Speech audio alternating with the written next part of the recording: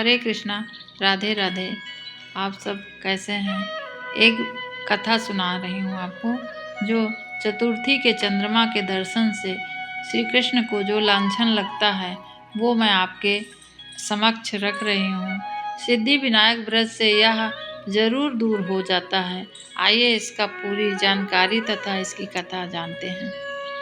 एक बार नंद किशोर ने सनंत कुमार से कहा, चतुर्थी के चंद्रमा के दर्शन करने से श्री कृष्ण पर जो लांछन लगा था वह सिद्धि विनायक व्रत करने से ही दूर हो जाता है। ऐसा सुनकर सनंत कुमार को आश्चर्य हुआ। तब उन्होंने पूर्ण ब्रह्मा श्री कृष्ण जी को कलंक लगने की कथा पूछी तो नंद किशोर जी ने बताया, एक बार जरासंध के भय से श्री कृष्ण समुद्र के मध्य नगरी में जाकर बस गए। वहाँ इस नगरी का आजकल जो द्वारिकापुरी के नाम से प्रसिद्ध है, वहाँ निवास करते थे। वहाँ एक यदुवंश का जत्राजित यादव ने सूर्य नारायण की आराधना की और सूर्य भगवान उनसे बहुत प्रसन्न हुए और वो उन्हें एक 8 भार सोना देने वाली समस्तक नामक मणि अपने गले से उतारकर उनको दे दिया। तब मणि पाकर सत्राजित यादव जब समाज में गया तो श्री कृष्ण ने उसे मणि के बारे में पूछा तथा उसे प्राप्त करने की इच्छा व्यक्त की। तब सत्राजित ने उस मणि को उन्हें ना देकर अपने भाई को दे दिया तथा उसका भाई प्रसेनजित एक दिन घोड़े पर चढ़कर शिकार के लिए गया। वहाँ एक शेर उसे मार डाला और मणि को ले ली। रीछों का राजा जामवंत ने उस शेर को मारकर मणि ले ली और गुफा में चला गया। तब प्रसेनजित की कई दिनों तक शिकार खेल कर ना लौटा तो सत्राजित को बड़ा दुख हुआ तथा उसने सोचा कि कहीं श्री कृष्ण ने ही तो मणि प्राप्त करने के लिए मेरे भाई का वध नहीं कर दिया होगा।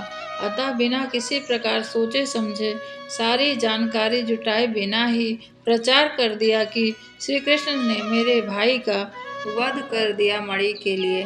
तब श्री कृष्ण लोक निंदा के निवारण के लिए बहुत से लोगों के साथ प्रसेनजित को ढूंढने के लिए गए और वहां प्रसेनजित को देखा कि शेर ने मार डाला और शेर को रीछ द्वारा मारने का चिन्ह मिल गए। रीछ के पैरों के खोज करते करते जामवंत की गुफा में जाकर अंदर देखे तो वहां उन्होंने देखा कि उसकी पुत्री उस मणि के साथ खेल रही है।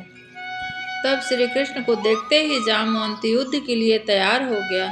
युद्ध छिड़ गया। गुफा के बाहर श्री कृष्ण जी के साथियों को श्री कृष्ण जी ने कहा था, यदि मैं 7 दिन तक न आऊं तो आप मुझे मृत्यु समझकर वापस चले जाना, मेरी प्रतीक्षा न करना। इसलिए 7 रोज तक तो सब लोग देखे।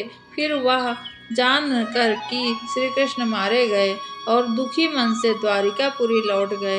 इधर 21 दिन तक लगातार युद्ध चला और युद्ध करने पर जामवंत पराजित न कर सका श्री कृष्ण को। तब वह सोचा कि वह अवतार तो नहीं जिनके लिए मुझे रामचंद्र जी का वरदान मिला था। यह पुष्टि होने पर उसने अपनी कन्या का विवाह श्री कृष्ण के साथ कर दिया तथा मणि को दहेज में दे दी। श्री कृष्ण जब मणि लेकर वापस आए तो सत्राजित अपने किए हुए पर बहुत लज्जित हुआ। इस लज्जा से मुक्त होने के लिए उसने अपनी पुत्री का भी विवाह श्री कृष्ण के साथ कर दिया। कुछ समय के बाद श्री कृष्ण किसी काम से इंद्रप्रस्थ चले गए। तब अक्रूर तथा ऋतुवर्मा के राय से शतधान्वा सत्राजित को मारकर अपने मणि कब्जे में ले ली। सत्राजित के मौत का समाचार जब श्री कृष्ण को मिला तो वो तत्काल द्वारका पहुँचे तथा शतधन्वा को मारकर मणि छीनने को तैयार हो गए। इस कार्य में सहायता के लिए बलराम भी तैयार थे। यह जानकर शतधन्वा ने मणि अक्रूर को दे दी। वह स्वयं भाग निकला। श्री कृष्ण ने इसका पीछा करके उसे तो मार डाला पर मणि उन्हें ना मिली। बलराम जी भी वहां पहुंच गए। तब श्री कृष्ण जी ने उन्हें बताया कि मणि इसके पास नहीं है। बलराम जी को विश्वास न हुआ इस बात का और वे अप्रसन्न होकर विदर्भ चले गए। तब श्री कृष्ण जी द्वारिका लौटे, पर लोगों ने उनका भारी अपमान किया तथा वहां यह समाचार फैल गया कि मणि के लोभ में श्री कृष्ण ने अपने भाई को त्याग दिया। तब श्री कृष्ण जी इस अकारण अपमान को प्राप्त कर शोक में डूब गए। तब वहां नारद जी प्रकट होकर आए और कहने लगे, श्री कृष्ण जी को बताया, आपने जो भाद्र पक्ष की शुक्ल चंद्रमा देखा, उस दर्शन किया, इस कारण आपको इस तरह के लांछित होना पड़ा। श्री कृष्ण जी बोले और पूछे, चौथ के चंद्रमा को ऐसा क्या हो गया जिसके कारण उसके दर्शन मात्र से मनुष्य कलंकित हो जाता है। तब नारद जी बोले, एक बार ब्रह्मा जी ने चतुर्थी के दिन गणेश जी का व्रत किया था। गणेश जी ने प्रकट होकर वर मांगने को कहा। तब ब्रह्मा जी ने वर मांगा कि यदि मैं सृष्टि रचूं तो मुझे मोह न हो। तब गणेश जी तथास्तु कहकर चलने लगे। उनके विचित्र व्यक्तित्व को देखकर चंद्रमा उनका उपहास उड़ाने लगा। इस पर गणेश जी रुष्ट होकर चंद्रदेव को श्राप दे दिए, आज से तुम्हारा कोई मुंह ना देखेगा। और तब श्राप देकर गणेश जी अपने लोक चले गए। चंद्रमा मानसरोवर में जाकर छिप गए तथा चंद्रमा के बिना सभी प्राणियों को बड़ा कष्ट हुआ। उनके कष्ट को देखकर ब्रह्मा जी की आज्ञा से सारे देवताओं के व्रत से प्रसन्न होकर गणेश जी ने वरदान दिया। अब चंद्रमा का श्राप से तो मुक्ति हो गई, लेकिन भाद्रपक्ष शुक्ल चतुर्थी को जो भी मनुष्य चंद्रमा के दर्शन धोखे से भी कर लेगा, उसे चोरी आदि का झूठा लांछन जरूर लगेगा। किंतु जो मनुष्य प्रत्येक तृतीया को दर्शन, तृतीया यानी हरितालिका तीज उस दिन पड़ती है, उसके दर्शन करे रहेगा, उसे इस लांछन से बच जाएगा, वह इस लांछन से बचा रहेगा। इस चतुर्थी को सिद्धि विनायक चतुर्थी व्रत करने से पूरे दोष छूट जाएंगे। यह सुनकर देवता सब अपने अपने स्थान चले गए। इस प्रकार भाद्रपक्ष शुक्ल चतुर्थी को चंद्रमा के दर्शन करने से आपको यह कलंक लगा है। तब श्री नारद जी के कहने पर श्री कृष्ण ने इस कलंक से मुक्ति होने के लिए यह व्रत किया था। कुरुक्षेत्र में युद्ध में युधिष्ठिर ने भगवान श्री कृष्ण से पूछा, भगवान, मनुष्य की मनोकामना सिद्धि का कौन सा उपाय है जिसे करके मनुष्य धन, पुत्र, सौभाग्य तथा विजय की प्राप्ति कर सकता है। यह सुनकर श्री कृष्ण ने उत्तर दिया, यदि तुम पार्वती पुत्र श्री गणेश जी का विधि पूर्वक पूजन करो तो निश्चय ही तुम्हारे सब कुछ तुमको प्राप्त हो जाएगा। तब श्री कृष्ण की आज्ञा से ही युधिष्ठिर जी ने गणेश चतुर्थी का व्रत करके महाभारत का युद्ध जीता था।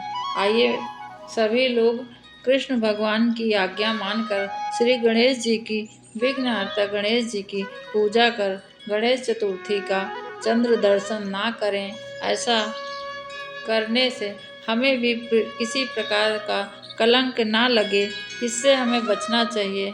और भगवान श्री कृष्ण और तथा गणेश जी की इस कथा को सुनने से यदि आपको कभी गलती से चंद्र दर्शन हो जाए चतुर्थी के दिन, तो यह कथा अवश्य सुनना। वैसे भी इस कथा को सुनना और सभी लोगों को भगवान श्री कृष्ण तथा गणेश जी की कृपा बनी रहे। आप सभी से प्रार्थना है कि हरितालिका तीज आने वाली है, उस दिन चंद्र दर्शन अवश्य करें, ताकि यदि दूसरे दिन आपकी कभी गलती से दृष्टि चंद्रदेव पर पड़ भी जाए तो इसका दोष ना लगे। उम्मीद करती हूँ आप सभी को यह कथा पसंद आई होगी और समझ में भी आई होगी। भगवान श्री कृष्ण की और एक लीला के साथ दोबारा फिर मैं प्रस्तुत होंगी। तब तक के लिए हरे कृष्णा, हरे कृष्णा।